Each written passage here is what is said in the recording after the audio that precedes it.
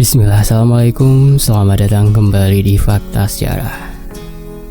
Bagian ketiga di sini di Fakta Sejarah, pesugihan keluarga Ningrat Ngipri Ketek, sebuah kisah dari Mas Restuwira Atmaja, berdasarkan kisah nyata dari narasumbernya.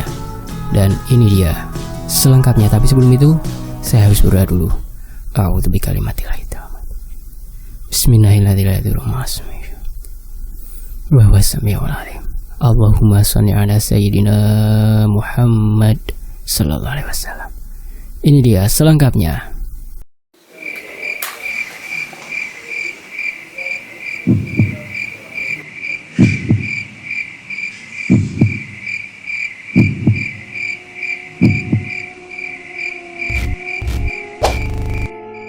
Raden Surapto namanya. Dia adalah adik dari Raden Brotoseno yang merupakan ayah dari Raden Angkara. Bapakku belum mengetahui secara pasti siapa Raden Surapto tersebut. Namun ibuku mengatakan jika beliau adalah orang yang sangat menolak keterkaitan antara dunia perpolitikan yang memasuki wilayah tempat itu. Belum diketahui apa maksud yang diinginkan dari Raden Surapto sendiri. Namun dirinya tidak menginginkan adanya campur tangan antara pejabat dengan keluarganya, hingga menjadikan seluruh aturan dan sistem kekeluargaan benar-benar dijadikan seperti boneka oleh para pejabat yang menganut paham dunia perpolitikan itu sendiri.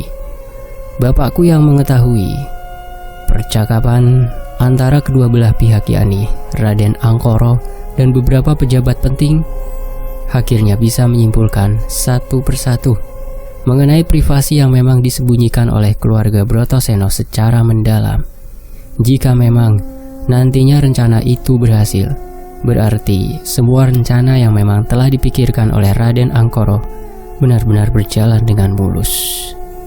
Satu hal yang masih bapakku pikirkan, mengapa tumbal berikutnya berasal dari keluarga Brotoseno?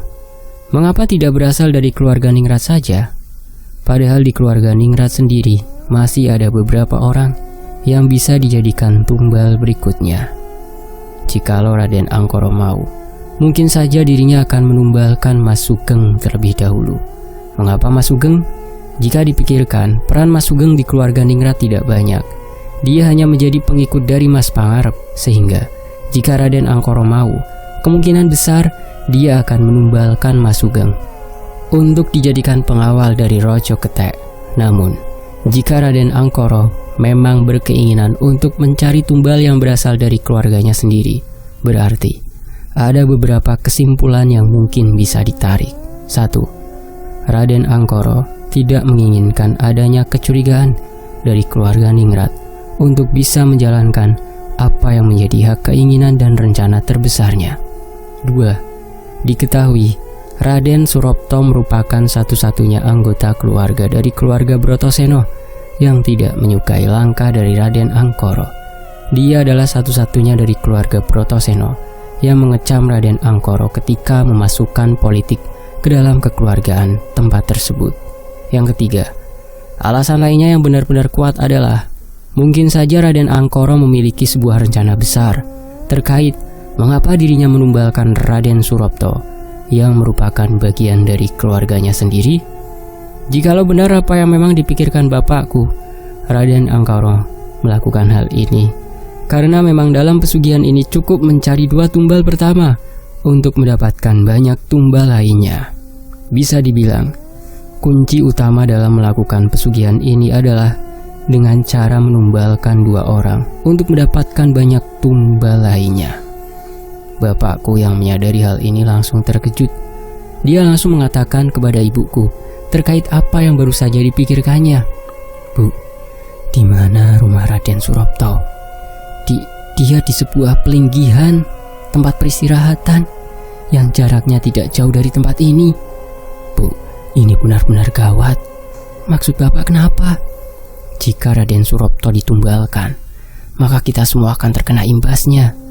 Ibuku masih belum paham terkait apa yang menjadi jalan pikiran dari bapakku. Dia sendiri masih ragu jika memang Raden Surapto yang akan dijadikan tumbalnya. Kunci dari rencana Raden Angkoro adalah ketika dia menyebutkan akan menubalkan karyawannya. Jika dipikirkan, maka pesugihan ini berjalan tidak selektif lagi. Jelas bapakku. Maksud bapak bagaimana? Ibu tidak paham. Bapakku mencoba untuk menenangkan diri. Dia tidak ingin ada kesalahpahaman yang tercipta dari penyampaiannya yang buru-buru itu. Ibu tahu kan, siapa korban pertama pesugihan yang dijalankan keluarga Ningrat ini? Tanya bapakku. Nyi Endang, ibuku sendiri. Benar, dia akan dijadikan ratu oleh Rojo Ketek. Namun, pada kenyataannya, ratu yang sebenarnya yang ada di rumah ini adalah Mbak Neneng. Nyi Endang hanya dijadikan tumbal untuk mengkultuskan Ratu Ketek itu sendiri, yaitu Mbak Neneng. Ibuku mulai mengangguk paham. Dia mulai mengerti apa yang menjadi jalan pikiran dari bapakku terkait pesugihan ini. Lalu, ada apa dengan tumbal berikutnya? Tanya ibuku. Raden Angkoro mengatakan, jika tumbal berikutnya berasal dari keluarga Brotoseno, yaitu Raden Surapto, jika memang apa yang dipikirkannya itu benar, Raden Angkoro melakukan ini hanya untuk mengelabui keluarga Ningrat. Mengelabui keluarga Ningrat? Agar apa? Ya agar kita semua dijadikan tumbal. Tek.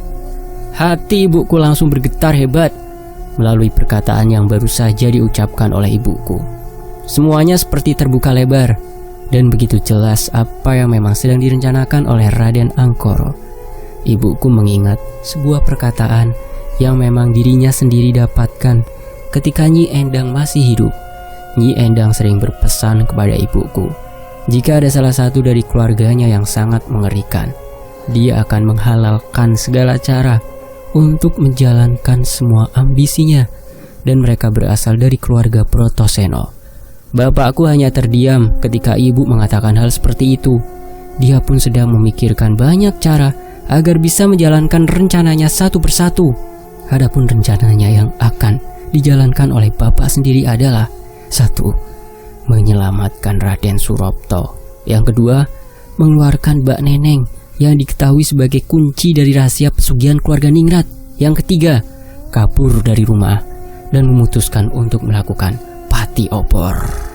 Ketiga rencana itu harus benar-benar ya jalankan dan dilaksanakan agar Raden Angkoro tidak bisa menumbalkan semua keluarga Ningrat. Sungguh biadab Raden Angkoro. Ternyata rencana terselubungnya benar-benar mengerikan. Saat bapak dan ibuku sedang berbicara di dalam kamar, tiba-tiba ia mendengar suara ketukan pintu dari luar kamar. Tok tok tok tok. Bapak pun langsung menuju ke arah pintu dan membukanya secara perlahan. Ternyata yang baru saja mengetuk pintu adalah Mbak Ayu. Mbak Ayu, ada apa Mbak? Mas Arto boleh keluar sebentar? Ada perlu apa ya Mbak? Pejabat itu ingin menemuimu Mas. Bapakku langsung gugup ketika Mbak Ayu mengatakan hal itu kepadanya. Jangan-jangan Raden Angkoro telah menceritakan dirinya kepada pejabat itu.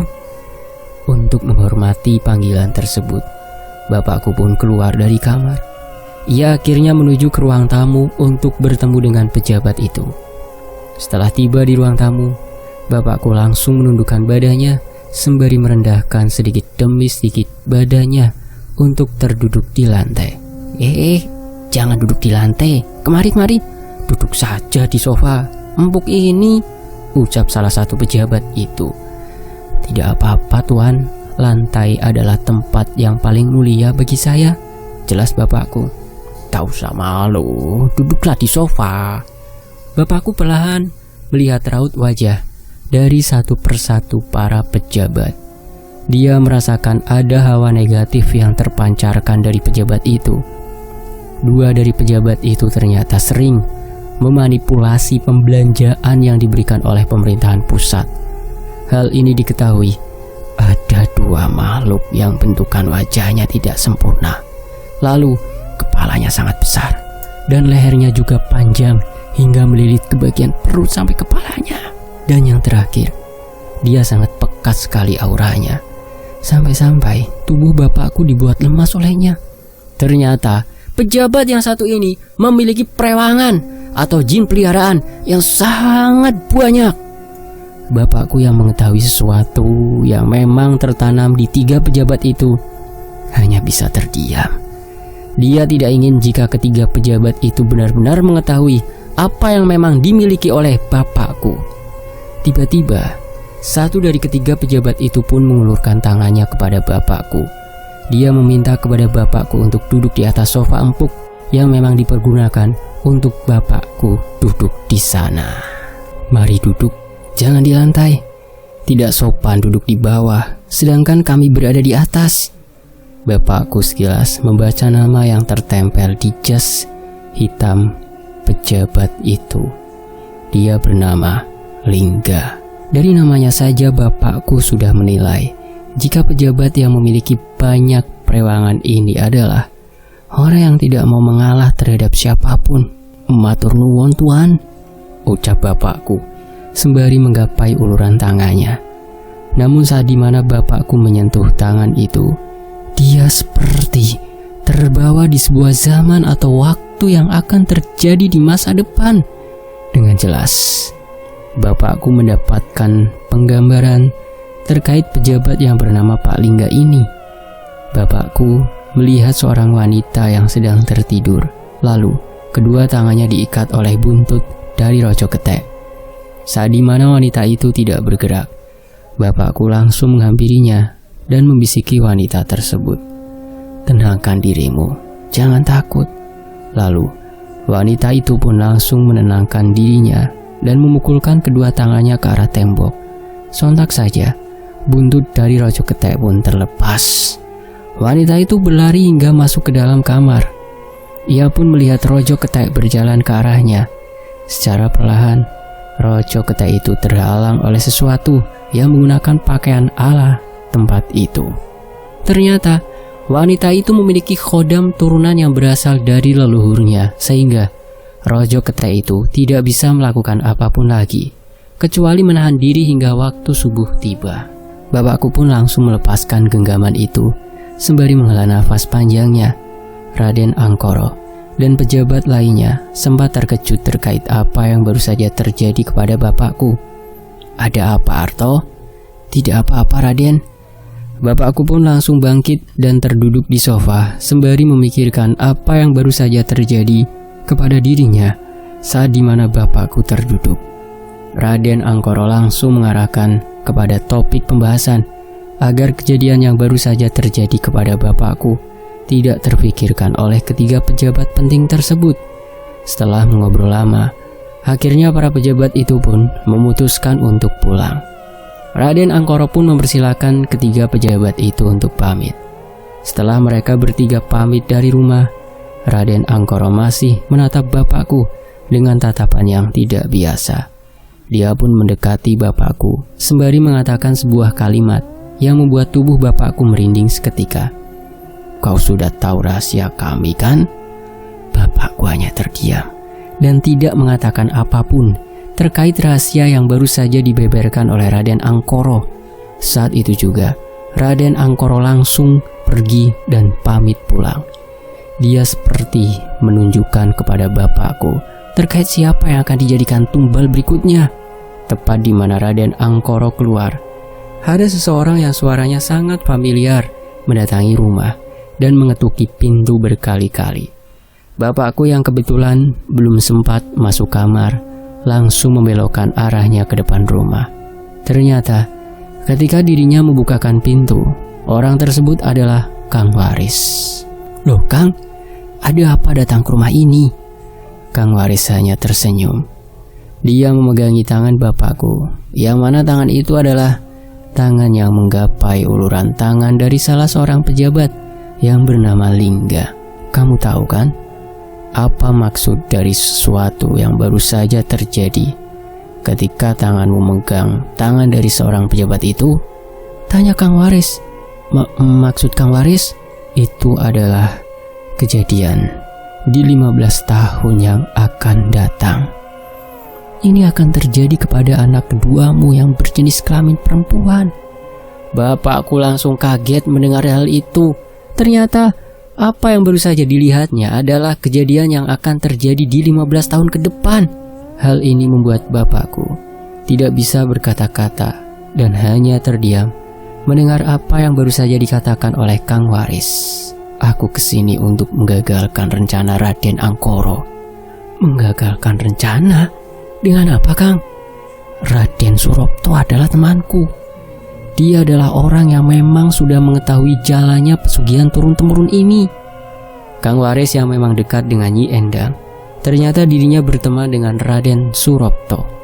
Jika memang Kang Waris bisa menyelamatkan Raden Surapto, berarti rencana dari Raden Angkoro akan digagalkan secara total oleh Kang Waris. Tapi, aku minta satu hal kepadamu, ucap Kang Waris. Apa itu, Kang? Tolong, jaga kedua anakmu dengan baik-baik. Salah satunya akan menjadi penghalang bagi Brotoseno dan juga para pejabat itu. Karena itulah, masa depan yang baru saja kau ketahui itu akan terjadi di 15 tahun ke depan. Setelah mengatakan hal itu, Kang Waris pun pamit pergi. Bapakku mengetahui dengan jelas pesan yang tersirat dari apa yang dikatakan oleh Kang Waris kepadanya. Saat dimana bapakku ingin menghampiri Kang Waris, tiba-tiba Kang Waris terhenti sejenak dan mengatakan sesuatu kepada bapakku. Ini adalah akhir hayatku. Maafkan aku yang belum bisa membantu banyak untuk mengeluarkan keluargamu dari jeratan tumbal ini. Setidaknya dengan mengacaukan rencana Raden Angkoro, kalian bisa cepat pergi dari tempat ini. Setelah mengatakan hal itu, Kang Waris kembali melangkah dan meninggalkan bapakku yang masih terdiam karena mendengar hal yang baru saja dikatakan oleh Kang Waris. Lewat pesan yang dikatakan oleh Kang Waris, bapakku pun menyimpulkan satu hal. Apakah karena Raden Surapto adalah orang terpenting, sehingga rahasianya bisa dijadikan senjata untuk melumpuhkan Raden Angkoro? Atau memang karena Kang Waris memiliki tujuan lain agar bisa menyelesaikan pesugihan ini? Sementara itu, di hari berikutnya, hari di mana saat bapakku menunggu tanda-tanda akan terjadinya ritual dari tumbal berikutnya pun berlangsung. Mbak Neneng, Mbak Ayu dan juga Mas Pangarep, ketiganya mengikuti Raden Angkoro untuk menuju ke sebuah tempat yang tidak diketahui letaknya. Pikir bapakku, ketiganya yang akan menjalani ritual tersebut sebelum akhirnya nanti Raden Surapto ditumbalkan. Namun ternyata Raden Surapto yang diketahui sebagai pion terpenting selanjutnya dari dijalankannya ritual pesugihan ini ternyata sudah mengetahui langkah dari Raden Angkoro. Dengan cepat, Raden Surapto pun meminta bantuan kepada seseorang yang ternyata orang tersebut adalah orang terdekatnya. Dia adalah Kang Waris. Kang Waris sendiri yang kebetulan mendatangi rumah dari Raden Surapto pun meminta kepada Raden Surapto untuk bersembunyi di sebuah tempat yang dulunya dijadikan sebagai tempat para keturunan tempat tersebut untuk bersembunyi dari kejaran orang-orang Belanda. Tempat tersebut dikenal sebagai Siti Pangaliran, artinya tempat yang mengalir. Disebut dengan Siti Pangaliran karena jika orang tersebut mendatangi tempat itu dan memiliki niat buruk atau jahat kepada seseorang, maka tempat tersebut akan berubah menjadi lautan yang sangat luas. Dengan arahan dari Kang Waris, Raden Surapto pun akhirnya berangkat menuju ke tempat tersebut. Tepat saat dimana Raden Surapto sudah pergi ke tempat itu, Raden Angkoro dan ketiga keluarga ningrat lainnya mendatangi rumah Raden Surapto. Sesampainya di sana, mereka berempat bertemu dengan Kang Waris yang sedang terduduk sembari menunggu kedatangan Raden Angkoro dan ketiga keluarga ningrat lainnya. Raden Angkoro penasaran, bagaimana mungkin Kang Waris bisa lebih dulu mendatangi rumah Raden Surapto? Dengan tegas Raden Angkoro pun langsung menanyakan kepada Kang Waris terkait keberadaan dari Raden Surapto. Namun, Kang Waris hanya tersenyum sembari mengatakan sesuatu hal yang membuat Raden Angkoro terkejut. Kalian semua sedang mencari pengawal Roco Ketek, kan? Tanya Kang Waris. Raden Angkoro yang semula diam, kini ekspresi wajahnya berubah secara drastis. Didekatinya Kang Waris dengan penuh amarah dan emosi yang sangat meluap-luap. Kau menyembunyikan para pengawal Roco Ketek? Tanya Raden Angkoro dengan nada yang rendah, namun aura kemarahannya sudah terasa sangat jelas. Kang Waris pun bangkit dari duduknya. Dia kemudian menatap sebuah pepohonan yang sudah sangat tua usianya. seperti mengingatkan perjalanannya saat mengetahui keluarga Brotoseno yang telah melakukan praktek pesugihan ini secara turun-temurun. Aku sebenarnya sangat benci dengan apa yang memang dijalankan keluarga Brotoseno secara turun-temurun ini. Namun, karena aku adalah rakyat biasa dan tidak memiliki garis keturunan, mungkin ini bukan menjadi urusanku. Akan tetapi, karena Nyi Endang sudah sangat baik kepadaku, maka akan aku penuhi permintaan dari Nyi Endang untuk menyembunyikan semua pengawal Rojo Ketek, supaya sistem pesugihan yang kalian inginkan tidak berjalan dengan mulus. Raden Angkoro yang mendengar ucapan dari Kang Waris pun terkejut. Ternyata di balik hilangnya para pengawal Rojo Ketek karena Kang Waris, orang yang mengarahkan semua ini. Pengawal tersebut yang sudah disembunyikan Kang Waris ya tadi, yang pertama itu Mas Ilham dan kedua adalah Raden Surapto. Selain itu juga Kang Waris yang mengatakan jika Nyi Endang sudah mengetahui praktik pesugihan ini, memang sengaja menjadikan dirinya sebagai tumbal, astagfirullah, agar dirinya bisa terlepas dari jeratan keluarga Brotoseno. Nyi Endang sudah mengetahui praktek pesugihan ini sudah lama. Ia tidak mengatakannya kepada seluruh anak-anaknya, kecuali kepadaku. Dan dalam perkataannya, aku terkejut akan satu hal, jelas Kang Waris. "Apa itu?" tanya Raden Angkoro. Dia rela menjadikan dirinya sebagai tumbal dari berlangsungnya pemilihan Ratu Ketek. Namun dia sendiri tidak rela jika Rojo Ketek mencari tumbal berikutnya, yaitu pengawal Rojo Ketek itu sendiri. Bajingan! Dengan tidak terpenuhinya syarat itu, maka pesugihan yang kalian lakukan tidak akan berarti apa-apa. Sedangkan Rojo Ketek akan memilih secara acak jika waktunya telah tiba. Jadi kemungkinan besarnya, selama kalian tidak mendapatkan pengawal Rojo Ketek yang kalian inginkan, maka para lelaki yang sekarang berada di keluarga Ningrat lah yang akan dipilih secara acak untuk dijadikan sebagai tumbal berikutnya, ucap Kang Waris dengan senyuman yang penuh dengan penyiksaan kepada Raden Angkoro. Mas Pangarep yang mendengar hal itu langsung ketakutan. Dia sendiri tidak percaya terkait apa yang memang menjadi sebuah aturan baru dari syarat pesugihan Ngipri Ketek ini. Jadi, jika pengawalnya tidak bertemu, maka tumbal berikutnya adalah salah satu dari keluarga Ningrat yang masih terikat dengan pesugihan itu sendiri, tanya Mas Pangarep. Kang Waris menatap tajam Mas Pangarep. Dia adalah satu-satunya dari keluarga Ningrat yang sangat ia benci karena kebodohan dan ambisi jahatnya untuk mendapatkan kekayaan selama 7 turunan. Mas Pangarep adalah orang yang membuat Nyi Endang meninggal dunia. Dari segala anggota keluarga Ningrat, hanya dirinya lah yang berani menjual nama keluarga Ningrat hanya untuk bekerja sama dengan keluarga Brotoseno yang termasuk keluarga Rengget. Keluarga Brotoseno yang memang mengiming-imingkan kekayaan dengan jumlah yang besar membuat Mas Pangarep terpincut hatinya. Ia lalu mengajak Mbak Ayu untuk bergabung. Lalu adik-adiknya yang lain dipaksa untuk mengikuti perintahnya. Jika tidak, nasib mereka akan seperti ibunya yang akan dijadikan tumbal dari pesugihan itu sendiri. Alasan utama mengapa Mas Pangarep menginginkan saudara-saudaranya yang lain untuk menjalankan pesugihan ini adalah karena aturan dalam pesugihan ini sangatlah membuat orang menjadi buta akan kehidupan. Jika orang tersebut sudah berhasil menjalankan semua aturan dari pesugihan ini, maka dirinya akan mendapatkan kekayaan yang sangat berlimpah.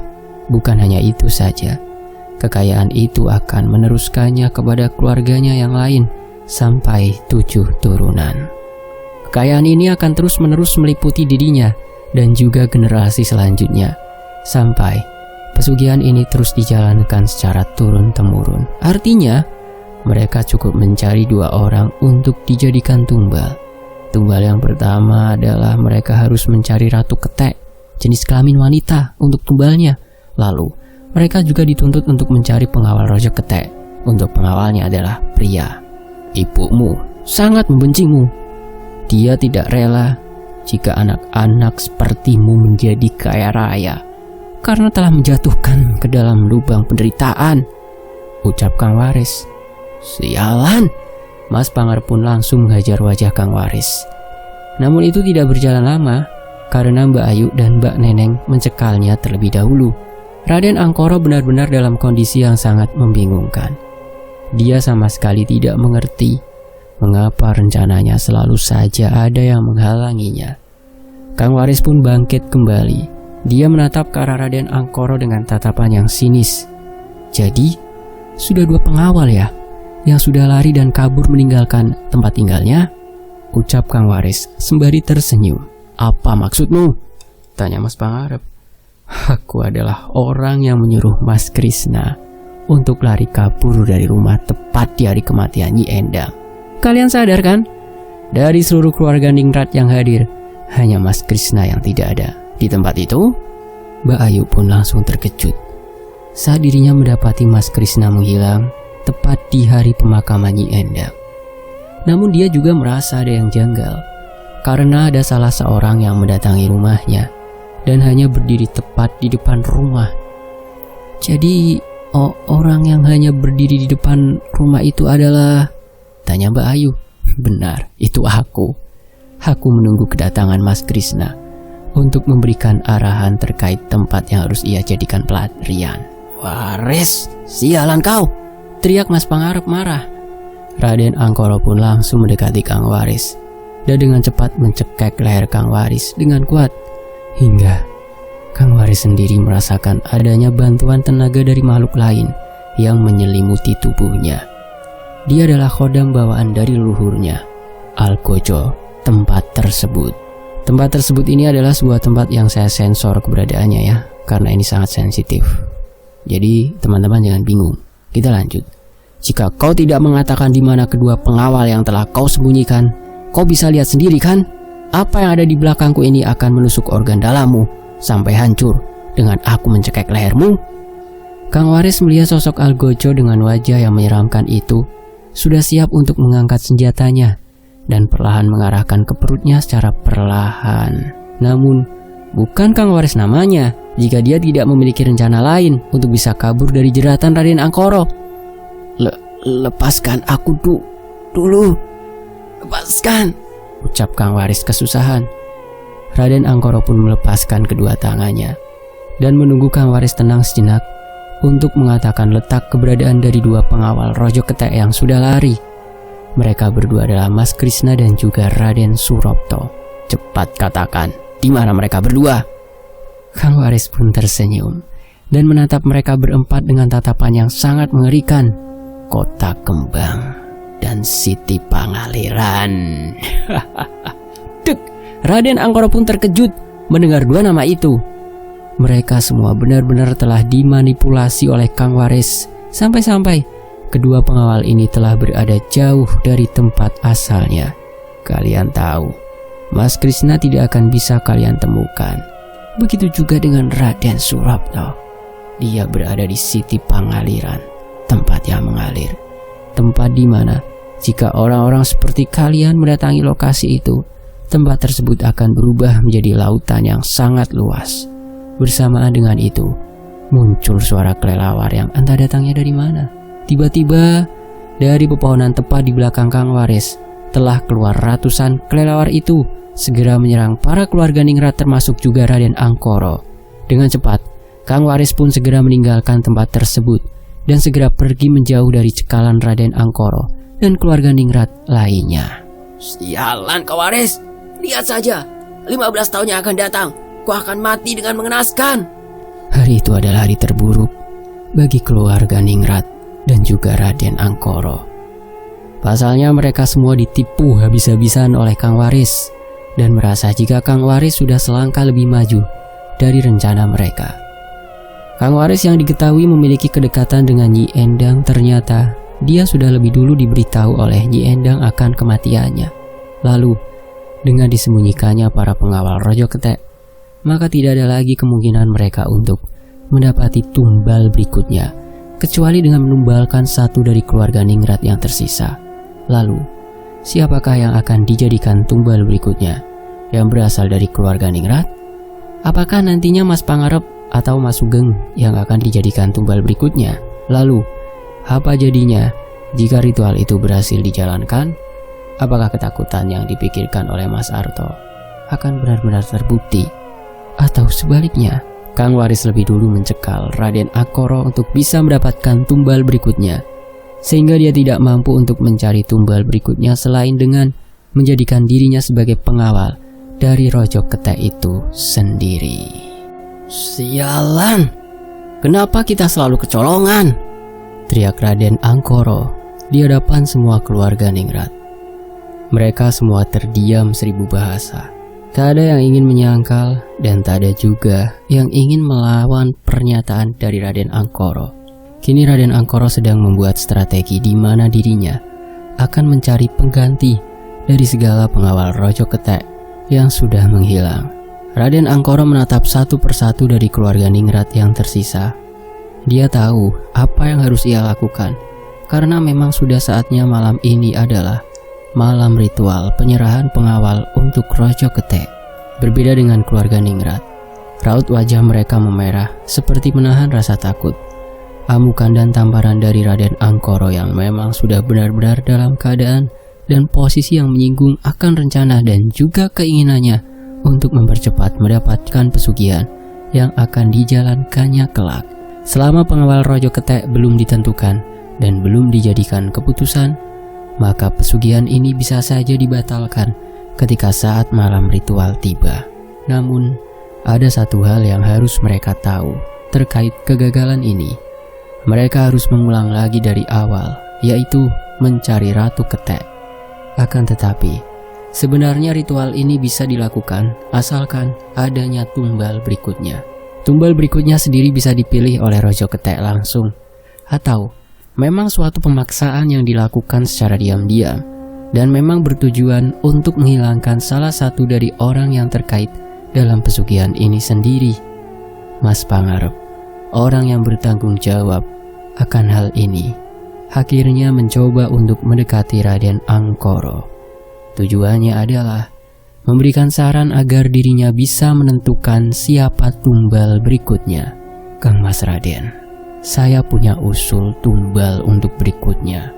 Bolehkah saya beritahu Kang Mas Raden terkait usul saya ini? Tanya Mas Pangarep.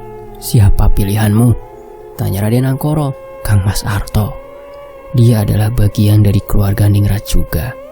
Mungkin untuk menjadi pengawal, dia adalah orang yang mudah untuk dijadikan tumbal berikutnya. Jelas Mas Pangarep. Raden Angkoro kemudian berpikir dalam.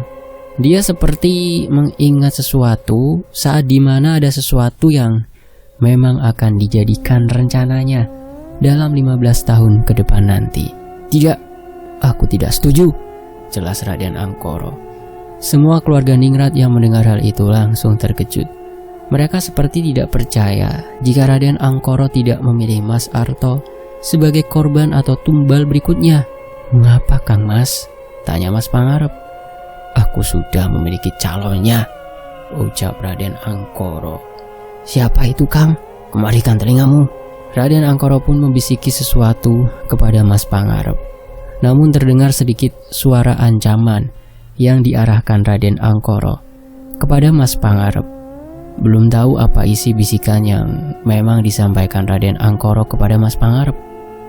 Namun saat di poin-poin tertentu, wajah Mas Pangarep berubah menjadi merah karena rasa takutnya mendengar bocoran rahasia dari Raden Angkoro terkait rencana penumbalan korban selanjutnya. Sesekali Mas Pangarep juga menelan air liurnya sendiri karena tidak percaya akan apa yang ia dengar. Lalu secara perlahan, tangannya bergetar hebat seperti menahan rasa takut terkait rencana yang memang sudah dijalankan oleh Raden Angkoro untuk 15 tahun ke depannya. Jadi kau mengerti? Tanya Raden Angkoro. Mengerti Kang Mas Raden? Aku harap kalian semua malam ini beristirahat penuh. Aku akan melakukan ritual ini di rumah, karena memang pengawalnya akan berasal dari keluarga Brotoseno. Seperti kesepakatan awal, untuk ratunya kita ambil dari keluarga Ningrat, dan untuk pengawalnya kita ambil dari keluarga Brotoseno," ucap Raden Angkoro. Semua keluarga Ningrat pun menghela nafas panjang, kecuali Mas Pangarep. Wajahnya masih menyimpan ketakutan yang luar biasa akan sesuatu hal yang mungkin tidak diketahui oleh saudara-saudara lainnya. Hari itu, mereka pun menyelesaikan pertemuan mereka. Mereka beristirahat untuk mengetahui apa yang terjadi ketika malam ritual itu tiba. Malam harinya, ibuku tidak bisa tertidur. Dia merasa gelisah dan ingin rasanya untuk pergi keluar, sembari melihat langit malam yang mungkin saja bisa membuat pikirannya menjadi lega.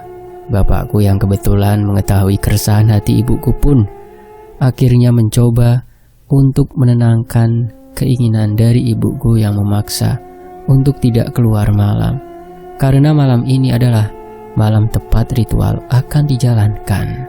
"Pak, ibu mau keluar sebentar." "Loh, ibu mau apa?" Pak, ibu mau lihat langit malam, purnamanya indah." "Bu, ibu nggak inget, ini malam ritual loh." "Tapi setahu ibu, tadi ada bisik-bisik terkait perpindahan tempat ritual." "Ibu kata siapa?" "Ibu dengar di dapur, Pak. Mbak Neneng bilang kepada Mbak Ayu kalau Raden Angkoro akan melakukan ritual tersebut di rumahnya, karena dia tumbal berikutnya berasal dari keluarga Brotoseno." Bapakku tidak yakin.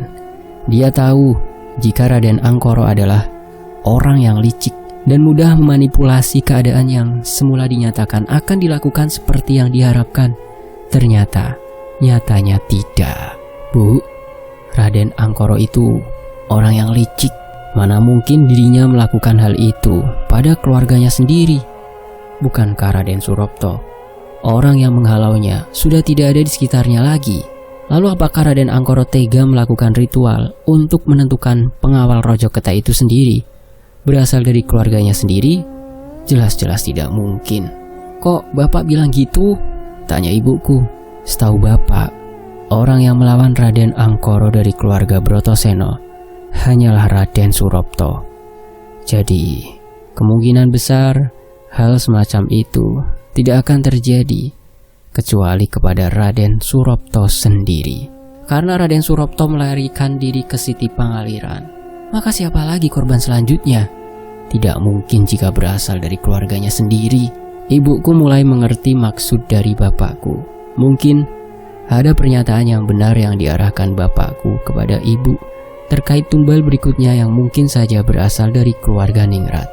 Mengetahui hal licik yang pernah dilakukan oleh Raden Angkoro memungkinkan jika korban dan tumbal berikutnya adalah dari keluarga Ningrat sendiri. "Tapi Pak, ibu cuma mau lihat langit malam, Pak." Bapakku hanya terdiam. Dia melihat jam dinding yang sudah menunjukkan pukul 8 malam. Sebenarnya ritual akan dilaksanakan pada tengah malam. Masih ada beberapa jam lagi. Jika ritual itu berlangsung, mereka bisa bersiap-siap untuk bersembunyi di bawah amben atau tempat tidur. "Baiklah Bu, tapi sebentar saja loh ya." "Iya Pak, sebentar aja kok." Bapakku pun akhirnya mengabulkan permintaan ibu. Mereka berdua pun keluar dari kamar dan melihat sekitaran ruangan depan yang sudah sepi, seperti tidak ada kegiatan dari anggota keluarga Ningrat lainnya. "Pak, kok tumben sepi banget?" tanya ibu. Bapakku hanya terdiam. Hati bapakku mulai tidak tenang. Pikirannya seperti mengarahkan kepada hari di mana ritual itu berlangsung. Tidak ada tanda-tanda bahwa anggota keluarga Ningrat sedang bercengkrama satu sama lain. Mereka semua berada di kamar, seperti sedang bersembunyi dari malam yang mencekam itu. Saat dimana ibuku ingin membuka pintu, pandangan bapakku seperti melihat sesuatu yang akan terjadi di beberapa jam yang akan datang. Bapakku melihat ada seseorang yang datang ke rumah tepat di tengah malam. Orang tersebut memiliki aura energi negatif yang sangat pekat dan memiliki rencana jahat untuk semua orang yang berada di rumah ini. "Bu, jangan keluar," ucap bapakku saat tangan ibuku sudah menyentuh daun pintu rumah bagian depan. "Loh, kenapa Pak?" tanya bapakku. "Ada orang yang datang." "Siapa Pak?" Bapakku melihat jam dinding yang masih berada di jam 8 lebih 10 menit. Bapak tahu orang itu akan datang di tengah malam. Namun hawa keberadaannya seperti sangat dekat. "Pak, kok diam aja?" tanya ibuku. "Bu, ibu ngerasa aneh gak malam ini?" "Mungkin karena sepi aja, Pak." "Bukan itu." Ibuku pun refleks membuka pintu, dan saat pintu terbuka, tiba-tiba ada angin yang masuk ke dalam rumah dengan tekanan yang lumayan besar, hingga membuat ibu dan bapakku terkejut. "Wush." "Pak," ucap ibuku. "Kenapa, Bu? Kok tumben anginnya besar banget?" Bapak pun langsung menuju ibuku, karena ibuku sudah melangkah duluan untuk keluar dari rumah. Mereka berdua pun menatap langit yang indah. Purnama kali ini benar-benar menggambarkan perasaan mereka berdua, yang memang menginginkan ketenangan lebih dari apa yang memang mereka harapkan. "Pak, kira-kira anak pertama kita nanti mau Bapak namakan siapa?" Kalau anaknya laki-laki, Bapak ingin menamakan Hardian, yang artinya welas asih atau makmur. Tapi jika perempuan, Bapak ingin beri nama Ayudia, yang artinya bersih. Bapakku pun memeluk ibuku dari belakang. Dia merindukan saat dimana suasana hanya milik berdua, sembari melihat langit yang benar-benar cantik dan mempesona. Saat dimana keindahan benar-benar membuat mereka terpesona, tiba-tiba bapakku mendengar suara monyet dari kejauhan, tepatnya beberapa dari rumah keluarga Ningrat itu. Bapak langsung menyuruh ibuku untuk masuk ke dalam kamar. "Masuk, Bu, sekarang." "Ada apa, Pak?" "Mereka datang." "Siapa, Pak?" "Pasukan siluman monyet." Ibuku pun langsung masuk ke dalam rumah dan segera menuju kamar. Dia langsung bersembunyi di bawah amben karena tahu apa yang harus dilakukannya sewaktu para siluman monyet itu mendatangi rumah. Sementara itu, Bapak keluar sejenak untuk memastikan kehadiran mereka. Bapak ingin tahu, apakah ini hanya kebetulan atau memang firasatnya yang benar jika ritual tetap dilakukan di keluarga Ningrat untuk menentukan pengawal berikutnya. Saat Bapak keluar beberapa langkah dari rumah hingga melewati pagar pembatas, dia melihat pemandangan yang sangat-sangat mengerikan. Dari kejauhan, Bapak melihat pasukan siluman monyet beserta jin kala ireng sedang menuju ke rumah. Tubuh bapakku yang semula kuat kini melemas seperti tidak mau bergerak. "Ayo gerak, jangan sampai mereka tahu," ucap bapakku sembari memukul-mukul bagian pahanya agar mau bergerak. "Ayo gerak." Tubuh bapakku yang semula kuat kini melemas seperti tidak mau bergerak. "Ayo gerak, jangan sampai mereka tahu," ucap bapakku sembari memukul-mukul bagian pahanya agar mau bergerak. "Ayo gerak." Namun saat dimana hati bapakku sudah pasrah dan tidak mampu lagi untuk menggerakkan kakinya, tiba-tiba terdengar suara bisikan tepat di telinga bagian kanannya. "Ucapkan takbir 3 kali, lalu pukulkan tanganmu ke bagian paha." "Allahu Akbar, Allahu Akbar, Allahu Akbar." Bapakku yang mendengar bisikan aneh tersebut langsung mengikuti arahan yang baru saja ia dapatkan. "Allahu Akbar," ucap bapak sembari memukul pahanya. Aneh tapi nyata, tiba-tiba kaki bapak melangkah dengan sendirinya seperti ada sesuatu yang menggerakkan. Setelah bertakbir 3 kali, kaki bapak menjadi enteng dan sedikit sulit dikendalikan. Bapak pun langsung masuk ke dalam rumah dan menutup pintu dengan rapat. Ia kemudian menuju ke dalam kamar dan menutupnya kembali sembari menyenderkan tubuhnya ke daun pintu. Alhamdulillah, ibuku pun langsung mengintipkan kepalanya dari bawah. "Pak, ada apa?"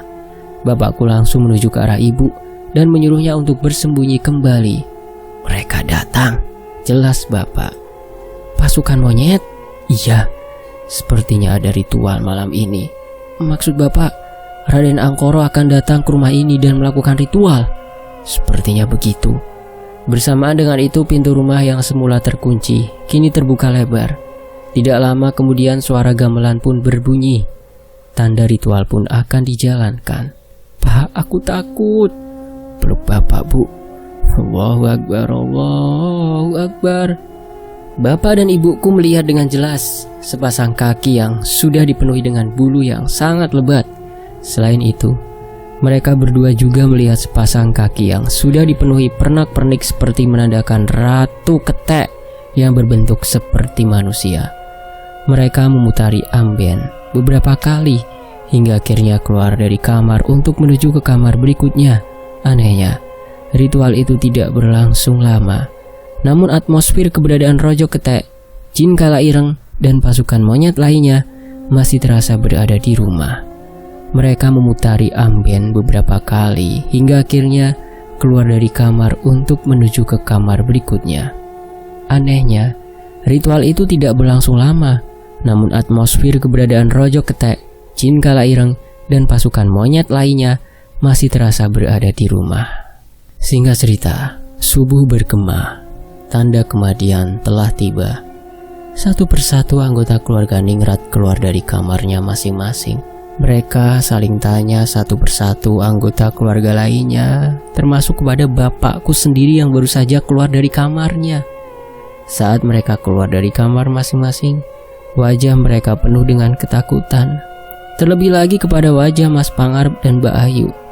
Keduanya baru menyadari bahwa semalam tadi baru saja diadakan sebuah ritual yang dilakukan secara diam-diam. Namun, dari semua keluarga Ningrat, mereka semua berkumpul kecuali hanya satu orang saja yang kehadirannya belum terlihat sama sekali. Mas Sugeng mana?" tanya Mbak Neneng. Mereka pun saling memandang satu sama lain. Mbak Ayu yang sedari tadi sudah was-was menatap kamar Sugeng yang sudah terbuka lebar. Tidak mungkin. Kenapa Mbak?" tanya Mbak Neneng. Tiba-tiba seorang dengan tubuh yang sudah penuh dengan luka berjalan sempoyongan keluar dari kamar. Wajahnya menghitam dan tubuhnya sudah penuh dengan cakaran serta luka lebam lainnya. "Mas Sugeng!" teriak mereka secara bersamaan saat Mas Sugeng baru saja keluar dari kamar lalu terjatuh begitu saja di lantai. "Tidak mungkin!" ucap ibuku saat melihat tubuh Mas Sugeng yang keadaannya mirip seperti ibu saat kematian menjemputnya. "Cepat bawa dia ke dokter. Mas Sugeng bisa mati!" teriak ibuku. Mas Pangarep yang mendengar hal tersebut langsung menuju ke arah ibu. "Apa maksudmu? Jika dia dibawa ke dokter, maka pihak rumah sakit akan menaruh curiga kepada kita semua," ucap Mas Pangarep. Mas Sugeng masih bisa diselamatkan loh," ucap bapakku sembari meyakinkan hati Mas Pangarep. "Tidak, ini sudah takdirnya." Mbak Ina yang kebetulan berada di sana langsung menampar wajah Mas Pangarep. "Plak, kau bilang ini takdir? Ini adalah perbuatan busukmu dan iblis Brotoseno itu," teriak Mbak Ina. Mas Pangarep mengelus pipinya bekas tamparan kencang yang diarahkan oleh Mbak Ina kepadanya. Mbak Ina yang merasa bersalah langsung mundur ke arah belakang untuk menghindari amukan dari Mas Pangarep yang terlihat memasang wajah kesalnya. "Kau tahu siapa orang yang baru saja kau tampar?" tanya Mas Pangarep sembari mendekati Mbak Ina yang dirinya juga menghindari Mas Pangarep. "Kau tahu, kita semua yang berada di sini sudah tidak bisa lagi diselamatkan. Masing-masing dari kita semuanya, mau tidak mau, akan menjadi korban karena pengawal dari Rojo Ketek sudah didapatkan," ucap Mas Pangarep. "Hentikan!" Mbak Ayu berteriak. Mas Pangarep mendekati Mbak Ina lalu mencekek lehernya hingga tubuhnya tersandar di dinding tembok. "Ina, jika mulutmu tidak bisa digunakan untuk bicara yang baik, lebih baik jangan memperkeruh suasana yang sedang rumit, paham?" ucap Mas Pangarep. Mbak Ina hanya mengangguk paham. Dia tidak berkutik sama sekali sewaktu Mas Pangarep menggertaknya. Mbak Neneng yang masih berada di dekat Mas Sugeng langsung berteriak kencang ketika dirinya melihat Mas Sugeng mengeluarkan banyak darah dari mulutnya. Sontak saja, hal ini membuat para keluarga anggota Ningrat lainnya langsung membawanya ke dalam kamar. Mas Sugeng yang didapati sebagai korban selanjutnya dari penumbalan Nyipri Ketek ini digadang-gadang oleh banyak pilihan.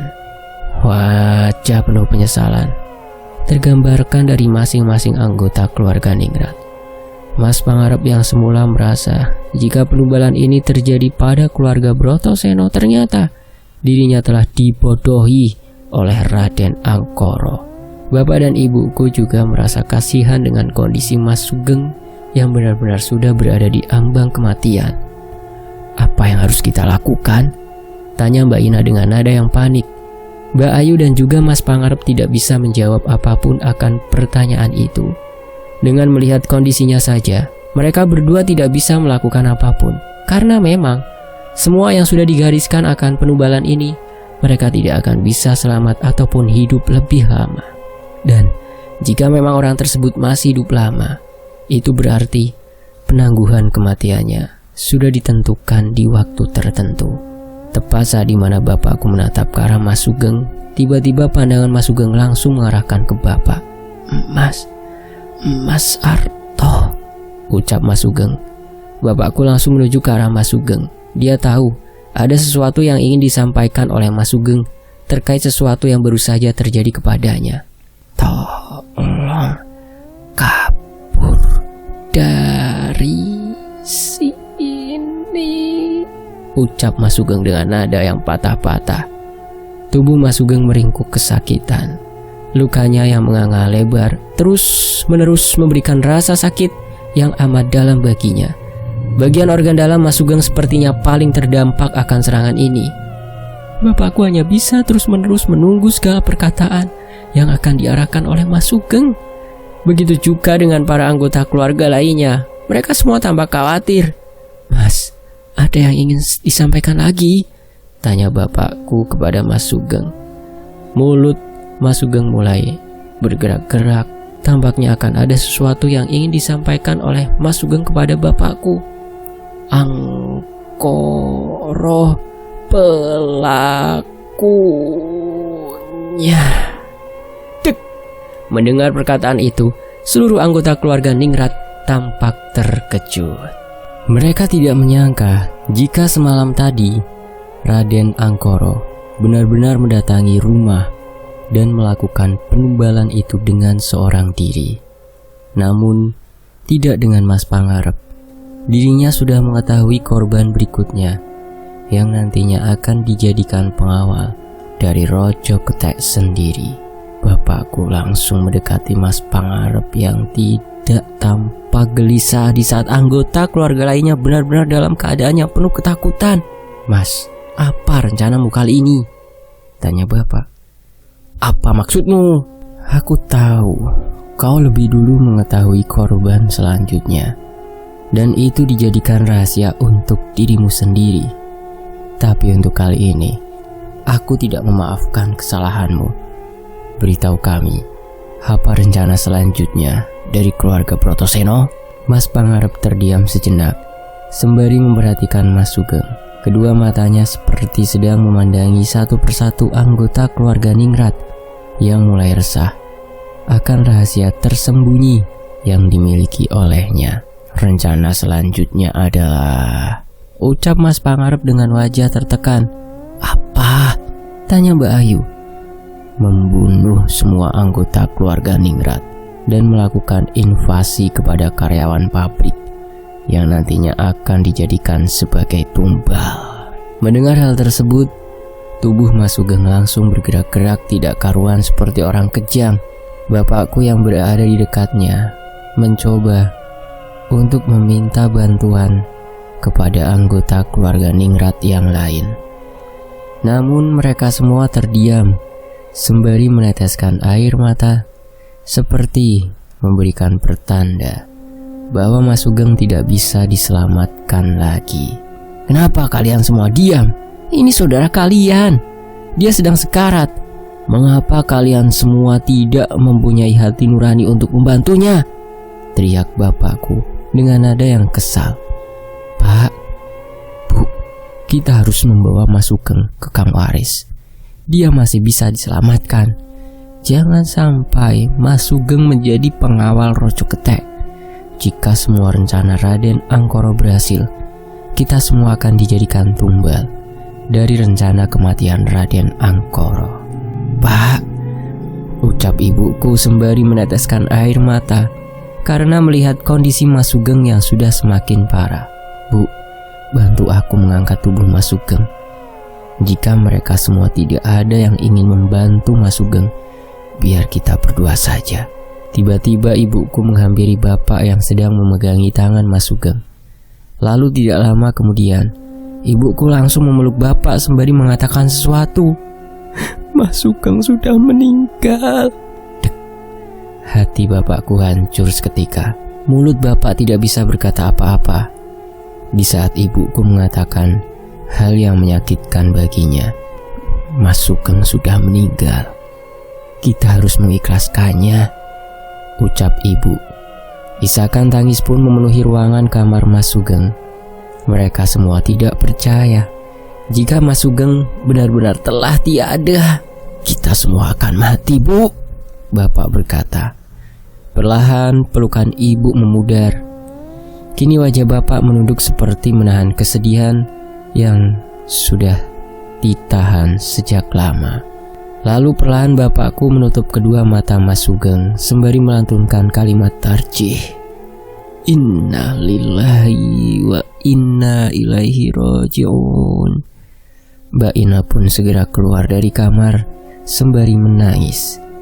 Dia berteriak kencang dan memukul-mukul pintu seperti meratapi kematian Mas Sugeng. Mbak Neneng juga menjatuhkan dirinya ke lantai karena merasa kehidupannya telah selesai. Bapak kemudian mendekati Mas Pangarep sembari mengelus-elus pundaknya. Lalu dia menatap wajah Mas Pangarep sembari mengatakan sesuatu.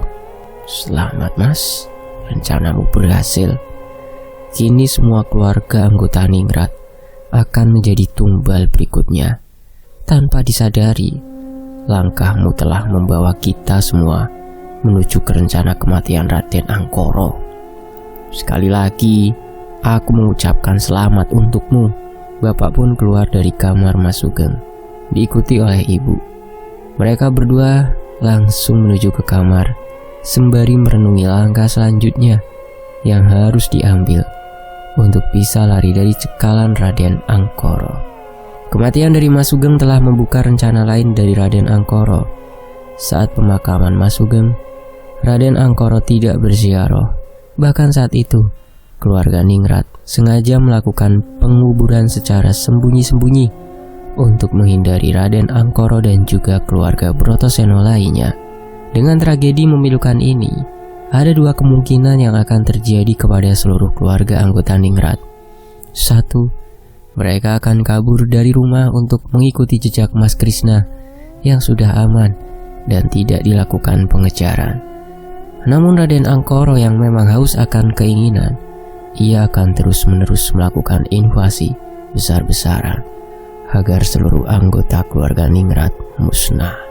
Yang kedua, keluarga Ningrat akan menetap, namun juga melakukan sedikit perlawanan untuk bisa menghentikan pesugihan ini. Namun usaha ini akan berdampak kecil karena pesugihan ini sudah berjalan, di mana dalam pesugihan ini, jika ratu dan pengawal sudah didapatkan, maka untuk melakukan penumbalan tidak memerlukan ritual seperti biasa. Perlahan, satu persatu anggota keluarga Ningrat meninggalkan pemakaman Mas Sugeng. Kini hanya tersisa bapak, ibu, Mas Pangarep, dan juga Mbak Ayu. "Bagaimana langkah selanjutmu, Mas Arto?" tanya Mas Pangarep kepada bapak. Bapak yang masih mengelus-elus nisan Mas Sugeng langsung beranjak bangkit. Ia menatap ke arah langit untuk sejenak sembari menikmati tetesan hujan yang jatuh secara perlahan. "Hidup ini seperti kita berada di tengah lautan. Terkadang ada badai yang menghampiri kapal kita, atau ada perompak yang menjarah seluruh harta kita. Namun jika kita tidak mempersiapkan keduanya, untuk apa kita hidup di dunia?" tanya balik bapak sembari menatap wajah Mas Pangarep dengan tatapan yang tajam. Mas Pangarep merasa tersindir akan hal itu. Dia sendiri belum menentukan langkah selanjutnya ketika tragedi ini terjadi. Pilihannya yang salah menjadikan Mas Pangarep dan seluruh anggota keluarga Ningrat lainnya tidak bisa menentukan jalan kehidupan selanjutnya. "Menurutmu, apa yang harus aku lakukan untuk menebus semua dosa-dosaku?" tanya Mas Pangarep kepada bapak. "Tentukan hidupmu di sini," ucap bapak sembari menyentuh dada Mas Pangarep. Bapak pun menyuruh kepada ibuku untuk segera meninggalkan pemakaman dan kembali ke rumah. Hujan perlahan turun. Rintikannya semakin deras dan membasahi tubuh Mas Pangarep serta Mbak Ayu yang masih berdiam diri di hadapan pemakaman Mas Sugeng. Mereka berdua seperti sedang meratapi nasibnya masing-masing karena telah melakukan sebuah kesalahan yang sangat besar lagi fatal bagi seluruh anggota keluarga lainnya. Hari itu, masing-masing dari anggota keluarga Ningrat harus bisa menentukan kehidupannya masing-masing. Selama Raden Angkoro masih hidup dan terus menjalankan rencana kematiannya, selama itulah kedamaian dalam hati mereka tidak akan pernah menyala. Tepat di saat bapak dan ibuku tiba di rumah, mereka langsung terkejut saat melihat seseorang yang dikenalinya sudah berdiri di hadapan rumah. Dia adalah Kang Waris. "Kang Waris?" tanya bapak. "Aku sudah mendengar kabar yang memprihatinkan. Raden Angkoro telah berhasil menyempurnakan ritualnya," ucap Kang Waris. "Benar, Kang. Kami semua sudah masuk dalam perangkap rencana kematian Raden Angkoro. Bahkan seluruh anggota keluarga Ningrat sendiri telah kehilangan arah." "Tidak semuanya," jelas Kang Waris. "Maksud Kang Waris?" Kali ini ibu bertanya. Pangarep sudah memperkirakan ini semua. Dia sengaja memanipulasi diri untuk berpura-pura sedih dan merasa kehilangan arah agar semua anggota keluarga Ningrat kehilangan kendali hidup mereka dan terjebak di dalam satu rencana. Jelas Kang Waris. "Satu rencana? Apakah jangan-jangan mereka bekerja sama lebih jauh dari yang kau tahu? Dalam konsep orang yang melakukan pesugihan, siapa yang bertahan, dia yang akan mendapatkan keuntungan. Sisanya harus dijadikan korban dan ditumbalkan." Memang benar apa yang dikatakan Kang Waris. Mas Pangarep hanya berpura-pura sedih dan tidak menampakkan rasa kegelisahannya seperti Mbak Ina dan juga Mbak Neneng. "Kau tahu siapa Ratu Ketek dalam ritual pesugihan ini?" tanya Kang Waris. "Mbak Neneng?" tanya bapak. Dan Kang Waris pun menjawab, Dia adalah istri dari Mas Pangarep." Bapak dan ibuku terkejut. Mereka berdua baru menyadari jika ada salah satu anggota keluarga Ningrat yang belum terlihat sampai sekarang. Dia adalah istri dari Mas Pangarep, Mbak Mawar. Jika memang Mbak Mawar adalah Ratu Ketek selama ini, berarti dirinya telah berkoordinasi dengan Mas Pangarep dan juga Raden Angkoro untuk mencari pengawal Rojo Ketek jauh-jauh hari. Lalu, langkah apa yang akan diberikan Kang Waris agar bisa menyelamatkan Mas Arto dan seluruh anggota keluarga Ningrat agar bisa terlepas dari genggaman Raden Angkoro? Apakah dengan melakukan pati obor semuanya akan selesai dan terhindar dari tumbal pesugihan yang akan dijalankan oleh Raden Angkoro dan juga Mas Pangarep serta istrinya? Nantikan bagian selanjutnya, akan ada special chapter di mana di part itu akan dibahas terkait perjalanan selanjutnya dari Raden Artonegoro dan juga keluarga Ningrat lainnya, serta kelahiran anak pertama dari istri Raden Artonegoro atau Mas Arto hingga berlanjut ke 15 tahun ke depan. Terima kasih sudah menyimak kisah ini sampai di sini ya. Penulis atau Mas Wira juga ingin menyampaikan banyak terima kasih kepada teman-teman yang setia menyimak kisah ini, yaitu di kisah pesugihan keluarga Ningrat Ngipri Ketek dari part 1 hingga part yang sekarang ini. Semoga teman-teman semua selalu diberi kesehatan, rezeki yang berlimpah dan barokah, serta selalu dalam lindungan Allah Subhanahu wa Ta'ala. Terima kasih juga atas support yang diberikan teman-teman ke Fakta Sejarah ya. Dan saya pamit, wassalamualaikum warahmatullahi wabarakatuh.